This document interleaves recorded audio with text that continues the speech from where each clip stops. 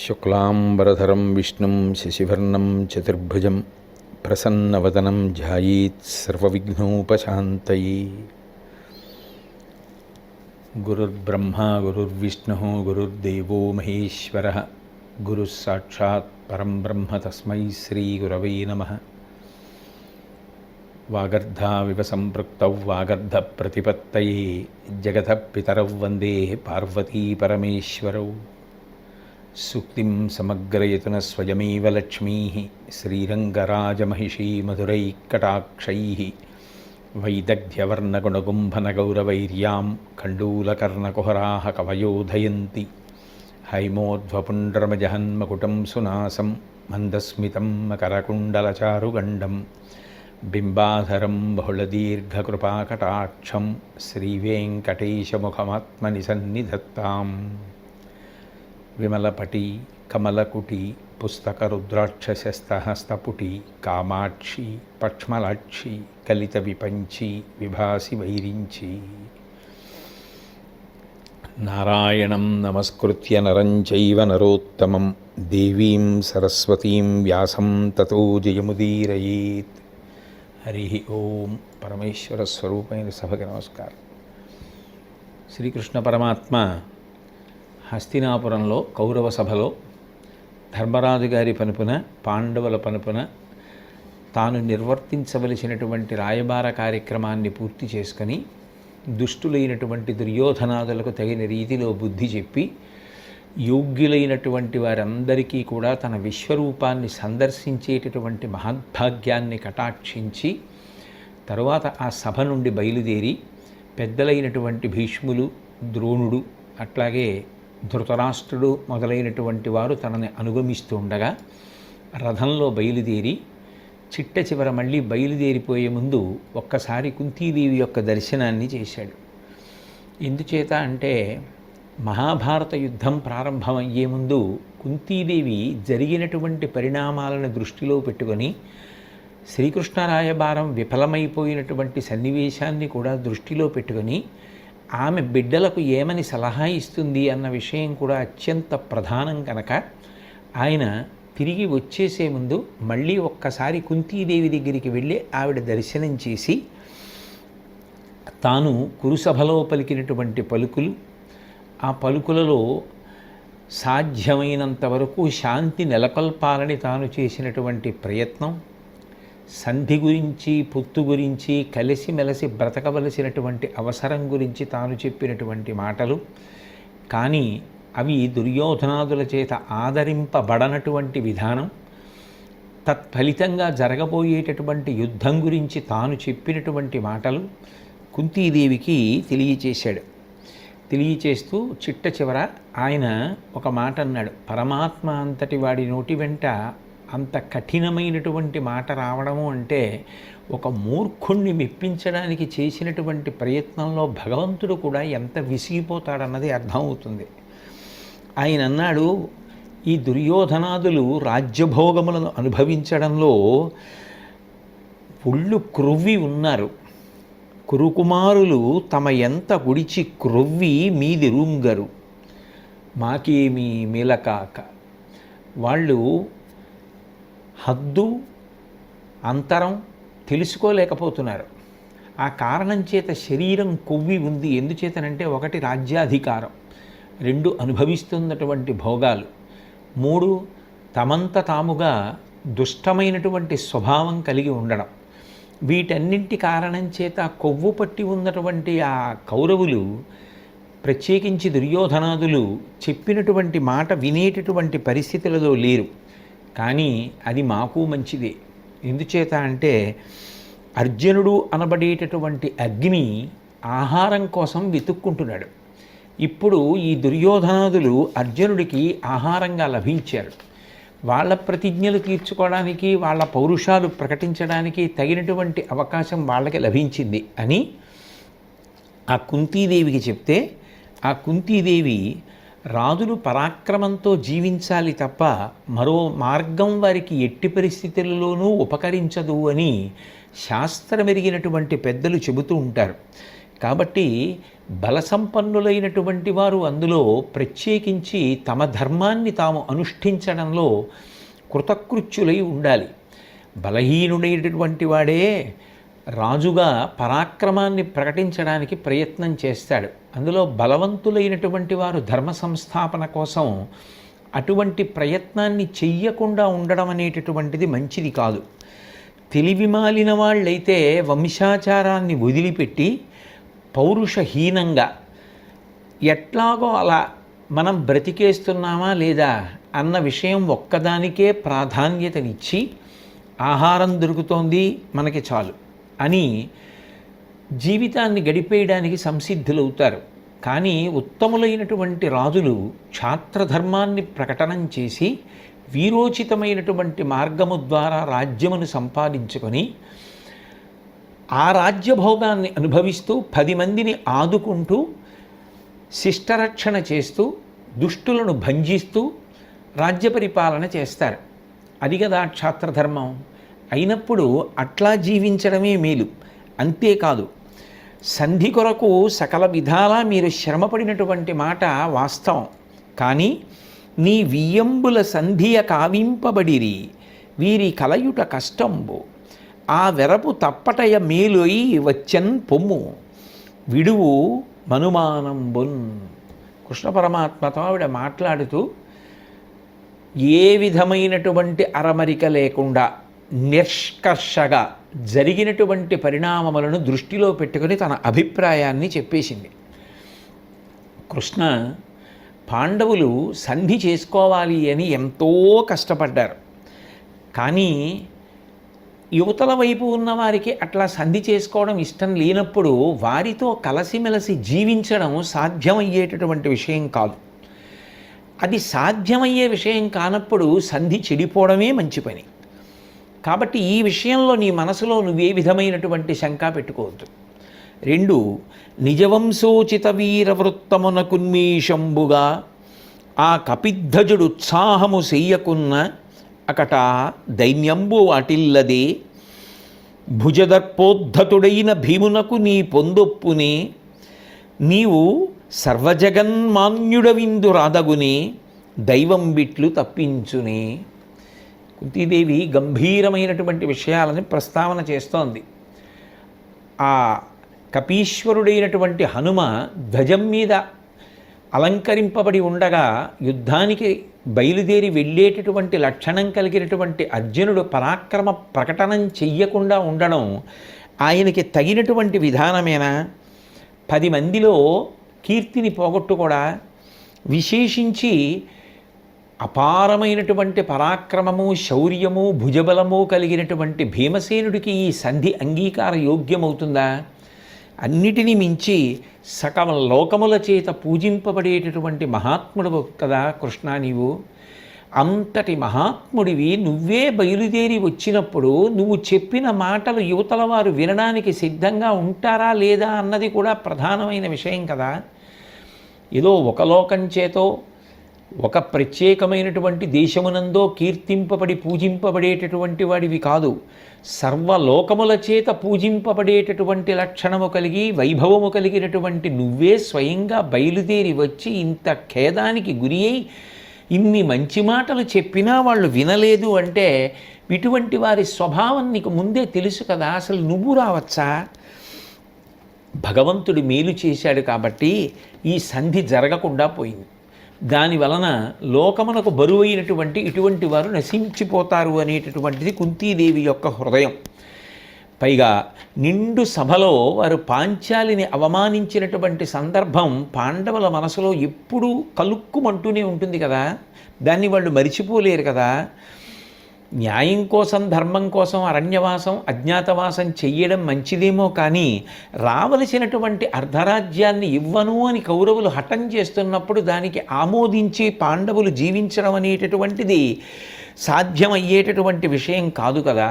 కాబట్టి ధర్మాన్ని పాటించి శాశ్వతమైన కీర్తిని పొందడానికి వీలైనటువంటి మార్గాన్ని అన్వేషించడం పాండవులకు ఉన్నటువంటి ప్రత్యామ్నాయం కదా.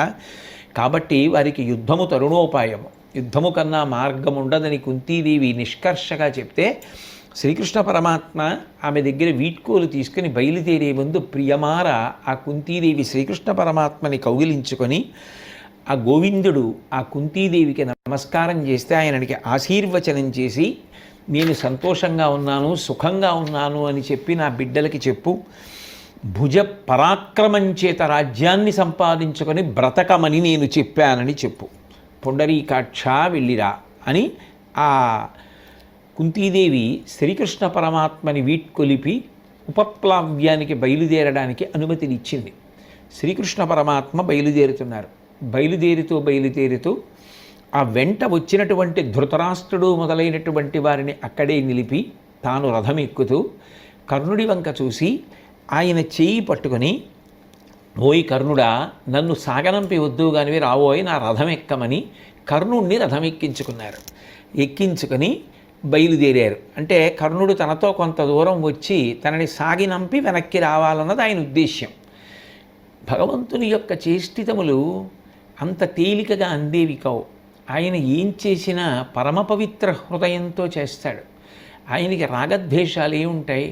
ఆయనకి ఎవరి మీద రాగము ఉండదు, ఎవరి మీద ద్వేషము ఉండదు. ఎక్కడ ఏ చిన్న మంచి ఉన్నా ఆ మంచి లోకమునకు తెలియాలని ప్రయత్నం చేసేటటువంటి లక్షణము కలిగినటువంటి మహానుభావుడైన అటువంటి కృష్ణ పరమాత్మ ఆ కర్ణుడి యొక్క చేయి పట్టుకొని తన రథం ఎక్కించుకొని బయలుదేరి వెడుతుంటే ఆ మార్గములకు రెండు వైపులా అనేక మంది నిలబడి శ్రీకృష్ణ పరమాత్మ యొక్క దివ్యమంగళమూర్తిని కన్నులార దర్శనం చేస్తూ ఆనందపడుతూ వీడ్కోలు పలికారు. ఆ కృష్ణ పరమాత్మ కర్ణుడితో కలిసి బయలుదేరిపోయిన తరువాత అంతఃపురానికి తిరిగి వచ్చినటువంటి దుర్యోధనుడి వంక చూసి భీష్మ ద్రోణులు ఒక మాట అన్నారు. ఇవాళ కుంతీదేవి మాట్లాడినటువంటి మాటలు, శ్రీకృష్ణ పరమాత్మ మాట్లాడినటువంటి మాటలు విన్నావు కదా, పూర్వం ఎప్పుడూ కూడా అంతటి గంభీరమైనటువంటి వ్యక్తిత్వం కలిగినటువంటి ఆ ఇద్దరు ఇటువంటి మాటలు మాట్లాడడం, అంటే కొంచెం కఠినమైన రీతిలో మాట్లాడడం మనం ఎప్పుడూ వినలేదు.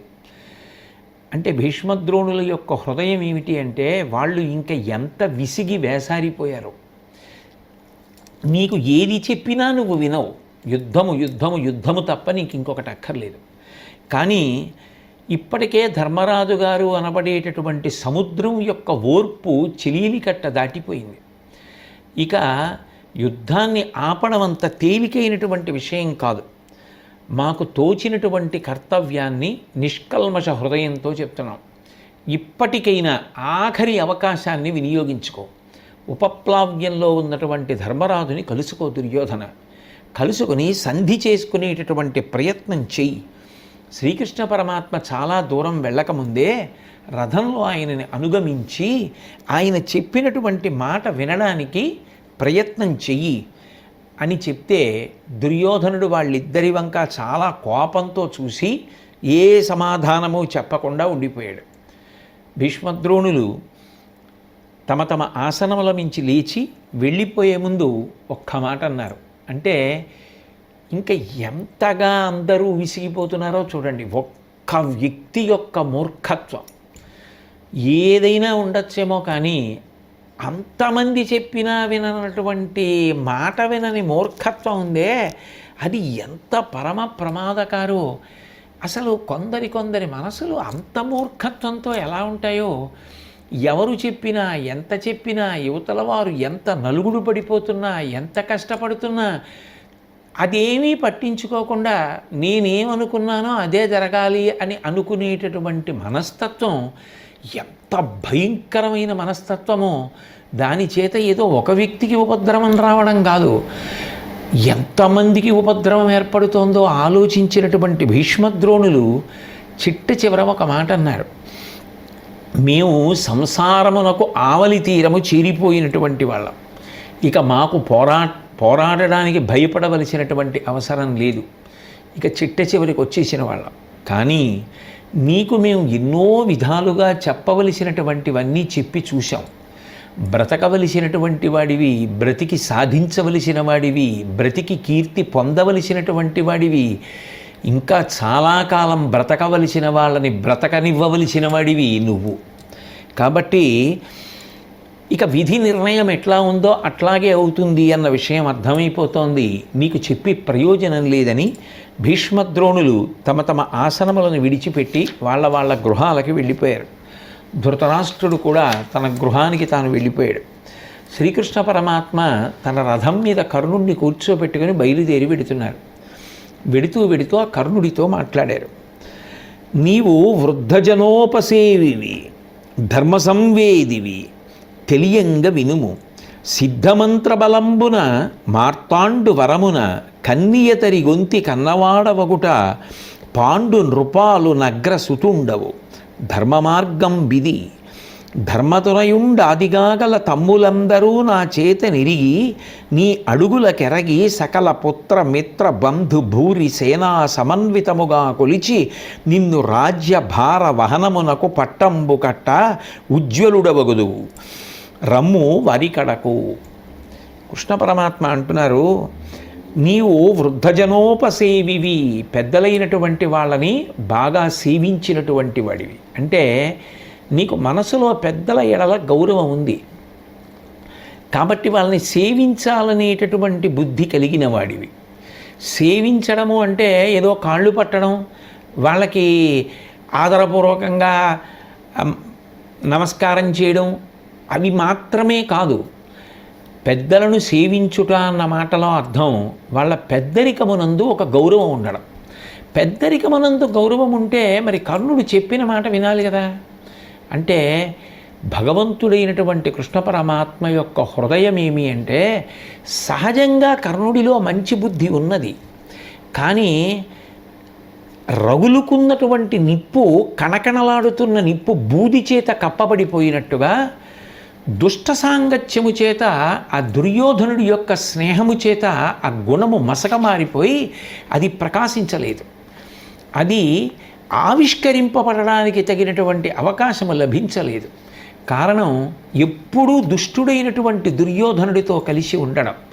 కానీ నువ్వు పెద్దల పట్ల చాలా గౌరవము కలిగి సేవించినటువంటి వాడివి, ధర్మ సంవేదివి. నీకు ధర్మం గురించి బాగా తెలుసు. ధర్మం గురించి తెలియక ప్రవర్తిస్తున్న వాడివి కావు. ధర్మం గురించి తెలిసి ధర్మాన్ని పట్టుకోలేకపోవడం మానసికమైన సంఘర్షణ కదూ. ధర్మం గురించి తెలిసిన్నవాడికి ధర్మం పట్టుకుంటే వచ్చే ఫలితము తెలుస్తుంది, ధర్మం వదిలిపెట్టేస్తే వచ్చేటటువంటి దుష్పరిణామము తెలుస్తుంది. తెలిసి కూడా ధర్మాన్ని విడిచిపెడితే మనసులో ప్రమాదకరమైనటువంటి ఫలితాన్ని పొందబోతున్నాము అన్న విషయాన్ని రూఢము చేసుకున్నవాడే అయి ఉంటాడు. తెలియంగా వినుము, బాగా తెలుసుకోవడానికి ప్రయత్నించి నీకు ఒక మాట చెప్తాను. సిద్ధమంత్ర బలమున మార్తాండు వరమున కన్నియ దరిగొంతి కన్నవాడవకుట పాండు నృపాలు నగ్రసుతుండవు. ఇంకా వివాహం కాకముందే కన్యగా ఉన్నప్పుడే కుంతీదేవి సూర్యభగవానుడి యొక్క వరప్రసాదంగా నిన్ను కంది. కన్యగా ఉన్నప్పుడు ఆమె నిన్ను కంది కాబట్టి ఆమెను ఎవరు వివాహం చేసుకున్నారో వారికి నువ్వు కుమారుడు అవుతావు. అది ధర్మశాస్త్రం. కుంతీదేవి కన్యగా ఉండగా నిన్ను కంటే కుంతీదేవిని తరువాతి కాలమునందు వివాహం చేసుకున్నవాడు పాండురాజు. కాబట్టి ధర్మశాస్త్ర ప్రకారంగా నువ్వు పాండురాజు గారి యొక్క పెద్ద కుమారుడివి. ధర్మరాజు గారి కన్నా ముందు పుట్టావు కాబట్టి నువ్వు పెద్దవాడివి. కాబట్టి నిజానికి పాండవులు గెలిస్తే రాజ్యాధికారం నీది. ధర్మజాదులు నిన్ను సేవించాలి. నేను వాళ్ళకి ఈ మాట చెప్తాను, వాళ్ళు నా మాట నమ్మకపోవడం అన్న విషయం ఉండదు. కుంతీదేవి యొక్క పెద్ద కుమారుడు ఈ కర్ణుడైనటువంటి కారణం చేత మీకు అన్నగారు అని చెప్తాను. అప్పుడు ఈ రాజ్యమంతా కూడా నీకు దక్కుతుంది. నువ్వు పట్టాభిషేకం చేసుకొని నువ్వు పరిపాలన చెయ్యాలి. ఉజ్వలమైనటువంటి రీతిలో నువ్వు పరిపాలన చేస్తుంటే పాండవులందరూ కూడా నిన్ను సేవిస్తారు. నేను ఈ మాట వాళ్ళతో చెప్తాను. కాబట్టి నువ్వు నాతో పాటు ఇప్పుడు రథంలో ఆ ఉపప్లావ్యానికి రా అని పాండవ సామ్రాజ్యానికి అంతటికీ కూడా నువ్వు పట్టాభిషిక్తుడవైతే విశేషమైనటువంటి ప్రభతో ప్రకాశిస్తూ రథమెక్కి మహోత్సవంతో నువ్వు పురవీధులలో వెడుతూ ఉంటే ధర్మరాజు గారు నీకు వింజామరలు ఇస్తాడు. ధర్మరాజు యువరాజు అవుతాడు. భీమసేనుడు నీకు తెల్లటి గొడుగు పడతాడు, అర్జునుడు రథసారథ్యం చేస్తాడు నీకు. మిగిలినటువంటి రాజులు నకుల సహదేవుడు, అభిమన్యుడు, మిగిలిన వారు, నేను అందరం కలిసి నిన్ను పరివేష్టించి వెనక వస్తూ ఉంటాం. దేవేంద్ర వైభవంతో ఇట్లా పట్టాభిషేకం పొందవలసినటువంటి వాడివి నువ్వు. ఇటువంటి పట్టాభిషేకం పొందవలసినటువంటి నువ్వు ఇట్లా బ్రతకవలసిన అవసరం లేదు, దుర్యోధనుణ్ణి సేవించవలసిన అవసరం నీకు లేదు కదా. కాబట్టి దేవేంద్ర వైభవంతో చక్కగా ఈ మహీమండలాన్నంతటినీ కూడా పరిపాలన చేయి. నాతో పాటు రథం ఎక్కి ఉన్నావు కనుక మనం బయలుదేరి ఉపప్లావ్యానికి వెడదాం అంటూ, పాంచాల రాజపుత్రియు అంచితముగా నిన్ను పొందు ఆరవ వరుసన్ సంచిత పుణ్యుడు నీవొక ఇంచుకయును వేరుసేయ కేతెమ్మెలమిన్. ద్రౌపదీదేవికి పూర్వం 5 భర్తలు ఉన్నారు, నువ్వు 6వ వాడివి అవుతావు. కాబట్టి ఆమె నిన్ను 6వ భర్తగా ఆప్యాయంగా స్వీకరిస్తుంది. నువ్వు మంచి కర్మలు చేసినటువంటి వాడివై కృతార్థుడ అగుట కొరకు నాతో కలిసి ఉపప్లావ్యానికి రా అని చెప్పి ఆయన ఆ కర్ణుడికి హితోపదేశం చేయడానికి ప్రయత్నం చేశాడు. కర్ణుడు కృష్ణ పరమాత్మతో మాట్లాడుతూ జవాబు చెప్తూ అన్నాడు, వెడవెడ ఏను తొల్లి ఇది వింటి ననుంగని కుంతి నిర్దయం చెడనదివైచిపోయే కృపచేకుని సుతుడు తెచ్చి తానుమున్ కొడుకుల కానకున్కి ప్రియకున్ తగనిచ్చిన చేపె చనులు అప్పుడు అదిగా శుభస్థితి పెంచే ప్రయత్నశీలయై. నేను కూడా అక్కడక్కడ ఈ మాట విన్నాను. కృష్ణ కుంతీదేవి కన్యగా ఉండగా సూర్యభగవానుడి యొక్క వరప్రభావం చేత నన్ను కంది అని విన్నాను. నన్ను కన్నటువంటి కుంతి ఏ విధమైనటువంటి దయ లేకుండా గంగానదిలో నన్ను విడిచిపెట్టి వెళ్ళిపోయింది అని కూడా విన్నాను. ఆ తర్వాత సూతుడు ఎంతో ప్రేమతో నన్ను ఎత్తుకొని తీసుకుని వచ్చి తన భార్య అయినటువంటి రాధకి ఇచ్చాడు. ఆమె నన్ను ఎత్తుకోగానే ఆమె యందు మాతృత్వం పొంగి పొరలింది. నేను ఆమె యొక్క పాలు తాగి పెద్దవాణ్ణయ్యాను. ఆమె నాకు పాలిచ్చి పెంచి పెద్ద చేసింది, ఎంతో ప్రేమ నా మీద చూపించింది. మూత్ర పురీషాదులు తమ గాత్రములందింక వారు గారవమెసగన్ పుత్రుండని సంవర్ధిత గాత్రునిగా చేసిరింత కాలము కూర్మిన్. కృష్ణ వాళ్ళు నన్ను తమకి పుట్టినటువంటి కుమారుడే అన్నంత ప్రేమతో పెంచి పెద్ద చేసినప్పుడు పసితనంలో తెలియక నేను విడిచిపెట్టినటువంటి మలమూత్రాలు వాళ్ళ శరీరంలోకి ఇంకిపోయాయి. అంటే తెలియదు కదూ, పసితనం కదూ, వాళ్ళు నన్ను ఎత్తుకుని ముద్దు చేస్తే నేను వాళ్ళ ఒళ్ళో మలమూత్ర విసర్జన చేశాను. అయినా వాళ్ళు అంత ప్రేమతో నన్ను పెంచి పెద్ద చేశారు. వాళ్ళు నాకు ధర్మశాస్త్రాన్ని అనుసరించి ఎటువంటి సంస్కారములు జరగాలో అటువంటి సంస్కారములు చేశారు. వాళ్ళ బిడ్డడిని అన్న భావనతోటే వాళ్ళు నన్ను పెంచి పెద్ద చేస్తే ఇప్పుడు నేను వాళ్ళని వదిలిపెట్టేసి మీరు నా తల్లిదండ్రులు కారు అని చెప్పేసి తప్పించుకొని వెళ్ళిపోనా? మొట్టమొదటి విషయం, ఒకరు పుట్టగానే గంగలో వదిలేశారు, వేరొకరు స్వంత బిడ్డగా భావించి పెంచి పెద్ద చేశారు. ఇప్పుడు గంగలో వదిలేసిన వారెవరో వారి దగ్గరికి వెళ్ళమని నువ్వు చెప్తున్నావు. అంత ప్రేమతో ఇంతకాలం పెంచి పెద్ద చేసిన వాళ్ళ దగ్గరికి వెళ్ళి నేను మీ బిడ్డను కాను అని చెప్పి వెళ్ళిపోగలిగినంత క్రౌర్యం నా మనసులో ఉందంటావా కృష్ణ? అంటే నిజానికి కర్ణుడి హృదయంలో ఎక్కడో దయ ఉంది. అది లేకపోతే అసలు కృష్ణుడు ఈ ప్రతిపాదన చెయ్యగానే నిజానికి చేయబడినటువంటి ప్రతిపాదన సామాన్యమైనటువంటి విషయం కాదు. ప్రలోభపడాలి అంటే అందులో ఎన్నో అవకాశాలు ఉన్నాయి. ఇన్ని అవకాశాలున్నా పెంచి పెద్ద చేసినటువంటి తల్లిదండ్రులు జ్ఞాపకానికి వచ్చారు అంటే వాళ్ళని నేను మోసం చేయలేను, వాళ్ళని వదిలిపెట్టలేను, ఇప్పుడు నేను మీ కొడుకుని కాను అన్న మాట నేను అనలేను. అన్నాడు అంటే ఎక్కడో మనసులో మెత్తతనం ఉన్నది. కానీ ఆయన దురదృష్టమో ఏమో అది పెరిగి పెద్దదై సంస్కారముగా ఫలించడానికి కావలసిన వాతావరణం, సన్నివేశం, సమయం, సందర్భం, కాలం ఆయనకి అనుకూలించలేదు. నేను పెద్దలను భక్తితో సేవిస్తానని, ధర్మం తెలిసిన వాణ్ణని నువ్వు అన్నావు కృష్ణ. నా తల్లి అయినటువంటి రాధ, ఆ తండ్రి అయినటువంటి అధిరథుడు నాకు పుట్టినప్పటి నుంచి వైదికమైనటువంటి సంస్కారములు వాళ్ళ కుటుంబంలో ఏం జరగాలో అవన్నీ చేయించారు. ఇప్పుడు నేను వాళ్ళని వదిలిపెట్టి పాండవుల యొక్క సోదరుణ్ణి అని చెప్పుకుని రావడానికి నా మనసు ఇష్టపడదు. అన్నిటినీ మించి నా సోదరులు, నాకిష్టమైనటువంటి వాళ్ళు అందరూ దుర్యోధనుడి పక్షంలో ఉన్నారు. ఇప్పుడు వాళ్ళందరూ రారు. కానీ నేను వాళ్ళందరినీ వదిలిపెట్టేసి నేను ఇప్పుడు వాళ్ళ సోదరుణ్ణి అని అటువైపుకి వచ్చేయడానికి నా మనసు అంగీకరించదు. ఇంతమందితో ఇంతకాలం కలసి మెలసి బ్రతికి ఇప్పుడేదో ఒక సత్యం తెలిసింది అని నేను వాళ్ళని వదిలిపెట్టి రాలేను. ఎందుకంటే నేను ఒక మనిషిని, నాకు మనసు ఉంది. ఆ మనసుకి కొంత ఆప్యాయతలు ఉన్నాయి. వాటన్నింటినీ త్రోసిరాజని ఏదో నేను పొందబోయే వైభవం కోసం ఇన్నిటిని వదిలిపెట్టి నేను రాలేను. అది నా వల్ల అయ్యేటటువంటి పని కాదు. పైగా సూతసుటుండు వీడనక సూనుల తమ్ముల కంటే నాకు సంప్రీతియునర్చి తేజమును పెంపును నాటికి నాటికి అగ్గలంబై తనరార నన్ను తన ఎంతటి మానిసి చేసియుండా నేనే తగువూది ఆ కురుకులేశ్వరు బాయుదు ముట్టవచ్చినన్. నిజంగా ఆలోచిస్తే కృష్ణ, నేను దుర్యోధనుడి వలన పొందినటువంటి ఉపకారం చాలా చాలా గొప్పది.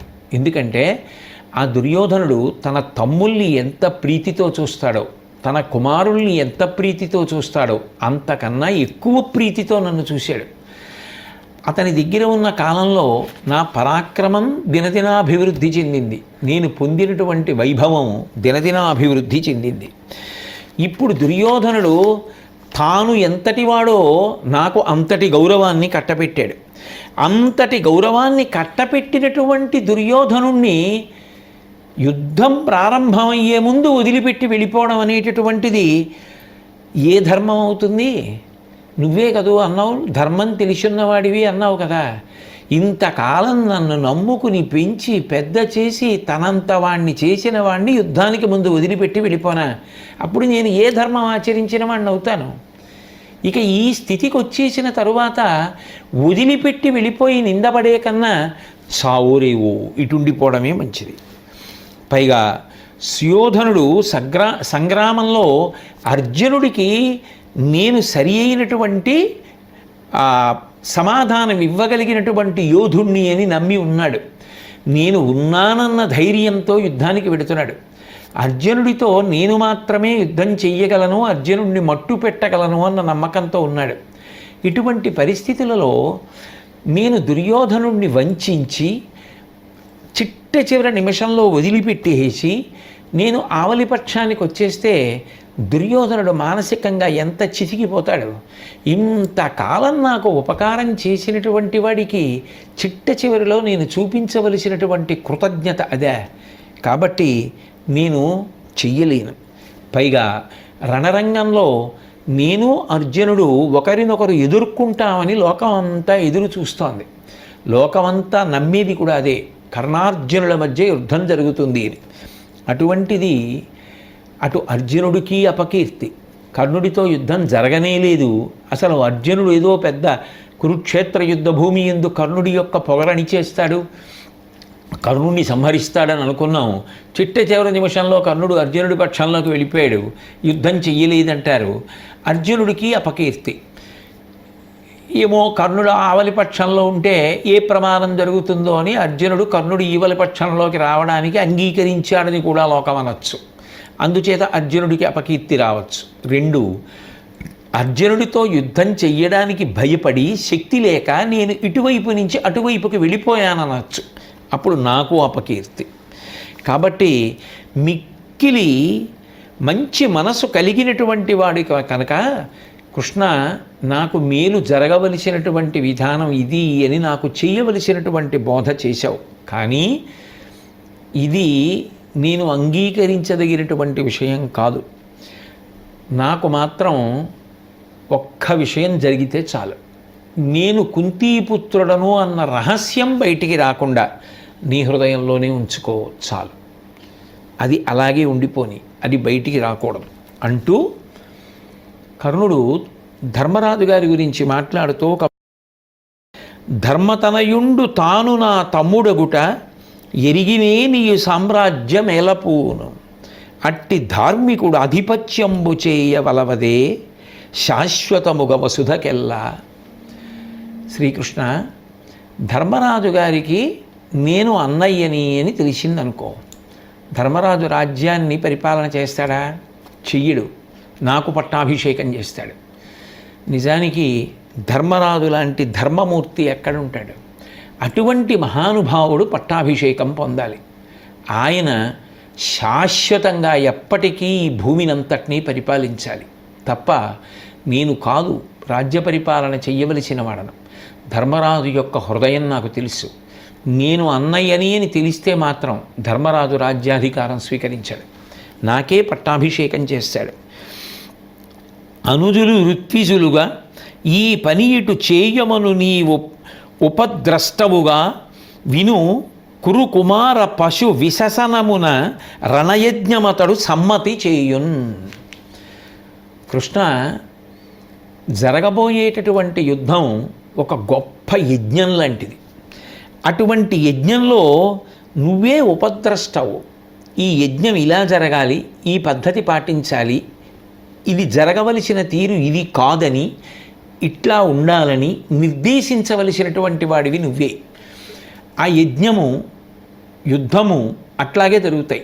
యుద్ధము యజ్ఞముగా అట్లాగే జరుగుతుంది. నువ్వు చెప్పినట్టే జరుగుతుంది. అందులో ఈ కౌరవ పక్షంలో ఉన్న వాళ్ళందరూ కూడా హతులైపోయి యుద్ధమనబడేటటువంటి అగ్నిహోత్రంలో పడిపోతారు. ఎవరు మిగలరు, నాకు తెలుసు. అయితే ఇక్కడ ఈ మాటలు వింటున్నప్పుడు సహజంగానే ఒక అనుమానం వస్తుంది. మరి ఇంత గొప్పగా కర్ణుడు మాట్లాడుతున్నాడు కదా, ఇన్ని విషయాలు తెలిసిన్నవాడు కదా, ధర్మరాజు గారి మీద ఇంత గౌరవం ఉన్నవాడు కదా, ఈ విషయాలు ప్రస్తావన చేస్తున్నాడు కదా కర్ణుడు, తెలిసిన్నటువంటి వాడు దుర్యోధనుడి పక్షాన ఎందుకు ఉండిపోయాడు, ఎందుకు యుద్ధానికి వస్తున్నాడు? దీని మీద పెద్దలు అనేక రకములైనటువంటి అభిప్రాయములను వెలిబుచ్చారు. వారందరూ మహాత్ములు, భారతాన్ని అంతటినీ కూడా అనుభవించినటువంటి సహృదయులు, సరస్వతీ కటాక్షాన్ని పొందినటువంటి విజ్ఞులు. ఎవరి అభిప్రాయము వారిదే, కానీ ఏ అభిప్రాయమైనా కూడా చాలా అద్భుతంగానే ఉంటుంది.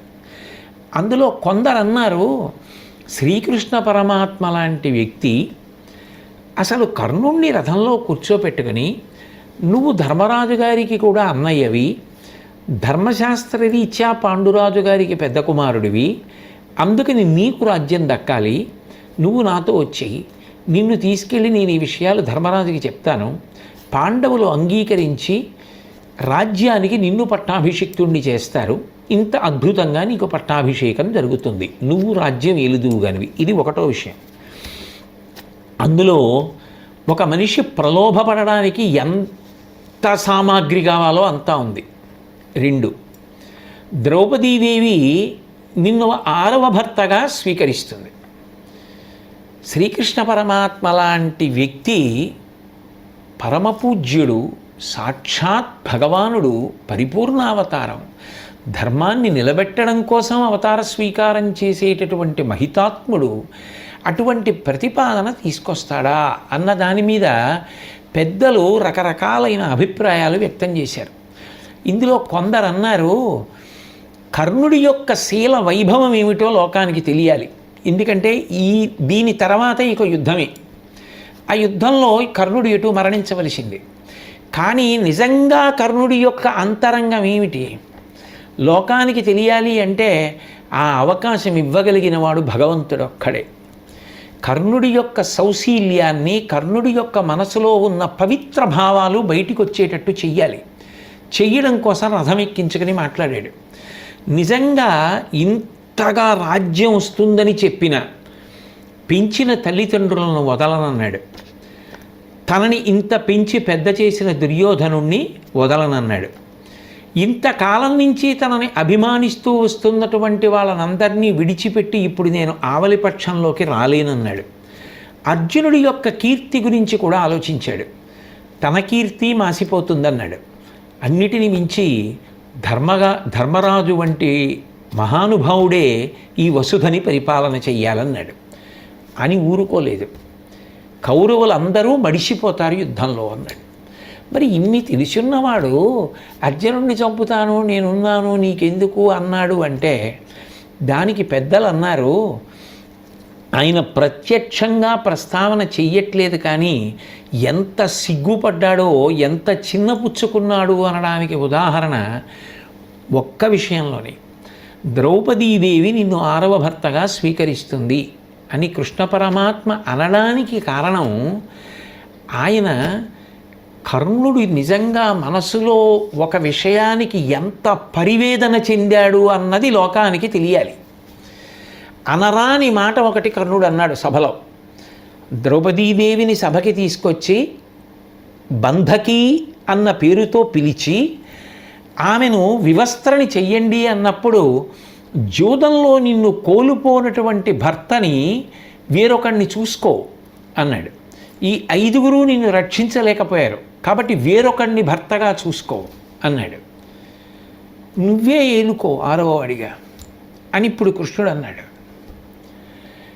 అంటే ఆ మాట అనగానే తనన్న మాట ఎంత తప్పు మాటో రాజసూయంలో మహాతల్లి అవబృధ స్నానం చేసిన ఆవిడ యొక్క జుట్టు పట్టి దుశ్శాసనుడు తీసుకొస్తే ఆ మాట తాను ద్రౌపదీదేవినన్నా ఆ 5గురు భర్తలు నిజంగా ఆ మాట తలుచుకుని ఆ రోజున ధర్మానికి కట్టుబడి నిలబడిపోయిన ఎంత బాధపడి ఉంటారో. ఆమెని వివస్త్రని చేయమన్నప్పుడు పాండవుల యొక్క బట్టలు తీయించినప్పుడు తాను ఎంత చెయ్యకూడని పని చేశాడో, తాను ఎంత బాధపడ్డాడో, ఆ చేసిన పాపం కట్టి కుడిపేస్తుంది మమ్మల్ని, మేము బ్రతకం, ఖచ్చితంగా యుద్ధంలో చచ్చిపోతాం, ఎట్టి పరిస్థితుల్లో బ్రతికే అవకాశం లేదు. ఎందుకనంటే ధర్మము ధర్మమే. ఒక మహాపతివ్రత పట్ల మేము ప్రవర్తించకూడని రీతిలో ప్రవర్తించాం కాబట్టి ఇక బ్రతకడం అన్న మాట లేనే లేదు. ధర్మం తన పని తాను చేసేస్తుంది. కర్ణుడు కుపితుడై ఉన్నాడు మనసులో, ఇది సత్యం అన్న విషయం లోకానికి తెలియాలి. అంటే ఆ అవకాశం భగవంతుడు తప్ప ఉదారంగా ఎవరు ఇవ్వగలరు? ఎవరిస్తే మాత్రం కర్ణుడు మాట్లాడతాడు? ఎవరి దగ్గర మనసు విప్పి మాట్లాడగలడు? పరమపూజ్యుడు కృష్ణ పరమాత్మ కనుక ఆయన దగ్గరే చెప్పుకోగలడు. అందుకే ఇక మళ్ళీ రాజ్యం గురించి పట్టాభిషేకం గురించి నాకు పాండవులు రాజ్యాధికారం వద్దు ధర్మరాజు గారికి దక్కాలన్నాడు కానీ అసలు ద్రౌపదీదేవి విషయాన్ని కానీ ఆమె పేరు కానీ ఎత్తలేకపోయాడు. అంటే మనసులో ఎంత కుపితుడైపోయాడో అన్న మాట బహుశా ఆయన్ని ఎంత కాల్చి ఉంటుందో అర్థమవుతోంది. అందుకని కర్ణుడి మనసులో పొందినటువంటి పరివేదన ఏదైతే ఉందో ద్రౌపదీదేవి పట్ల తాము చేసినటువంటి అపచారం తమని పుత్రమిత్ర కళత్రాదులతో నశింపచేసేస్తుంది అన్న రూఢమైన అభిప్రాయంతో కర్ణుడు ఉన్నాడు. అది తప్పే అని మనసులో నిశ్చయాత్మకంగా ఉన్నాడన్న విషయం లోకమునకు తెలియడానికి కృష్ణ పరమాత్మ అవకాశాన్ని కల్పించి అన్నాడు అని కొంతమంది పెద్దలు అన్నారు. మరికొంతమంది పెద్దలు అన్నారు, కాదు పట్టాభిషేకం జరుగుతున్నప్పుడు మిగిలిన వారందరూ కూడా పవిత్ర జలాలు పట్టుకుని అభిషేకానికి ఎలా వస్తారో అలా మనసులో అరమరిక లేకుండా ద్రౌపదీదేవి వస్తుందన్న భావనతో అన్నాడని కొంతమంది అన్నారు. మరికొంతమంది అన్నారు, ఇద్దరే ఉన్నారు కాబట్టి 3వ వ్యక్తి లేడు కాబట్టి ఇప్పుడు వాళ్ళిద్దరూ మాట్లాడుకున్న మాటల వలన ఎంత తీవ్ర స్థాయిలో కర్ణుడికి ఏ ఆశ చూపినా దుర్యోధన పక్షాన్ని విడిచిపెట్టి రానన్నాడు అంటే నిజంగా కర్ణుడి యొక్క అంతరంగం ఒక కోణంలో ఆలోచించినప్పుడు ఎంత సంస్కారవంతమో, ఎక్కడ పెరిగాడో, ఎక్కడ తిన్నాడో, ఎక్కడ అభివృద్ధి చెందాడో దాని పట్ల ఉన్న కృతజ్ఞతాభావం, ఆ ప్రేమ, అతనిలో ఉన్న సంస్కారం లోకానికి తెలియచెప్పడానికి కృష్ణుడిచ్చిన అవకాశము అన్నారు. మరికొంతమంది అన్నారు, కాదు, ధృతరాష్ట్రుడు పరమ దుర్మార్గుడు, స్పష్టంగా ఆ విషయం తెలుసు. నిజంగా చెప్పాలి అంటే దుష్టచతుష్టయం కన్నా పరమ దుర్మార్గుడు ధృతరాష్ట్రుడే. అంతటి పరమ దుర్మార్గుడైనటువంటి ధృతరాష్ట్రుడికి కూడా కృష్ణ పరమాత్మ తన విశ్వరూపాన్ని దర్శించడానికి అవకాశం కల్పించారు. ఎందుకు కల్పించారు అంటే ఒకే ఒక్క కారణానికి కల్పించారు. విదురుడు, సంజయుడు వంటి పరమ ధర్మవేత్తలు, నీతి తత్పరులు, ఎప్పుడూ ధర్మాన్ని మాట్లాడేటటువంటి వారితో అంటకాగి ఉంటాడు. ఏకాంతంలో ఉన్నప్పుడు వాళ్ళు నిందించినా కూడా ఏమనుకోడు. సత్పురుషులతోటి సహవాసం ఉన్నది కాబట్టి దాన్ని అడ్డుపెట్టి, ఆ పుణ్యాన్ని అడ్డుపెట్టి విశ్వరూప సందర్శనానికి అంధుడైన ధృతరాష్ట్రుడికి దివ్యనేత్రమునిచ్చాడు. కానీ మనసులో ఉత్తమమైన సంస్కారము కర్ణుడికి ఉంది అని కర్ణుడి ప్రసంగం ద్వారా తెలుస్తోంది.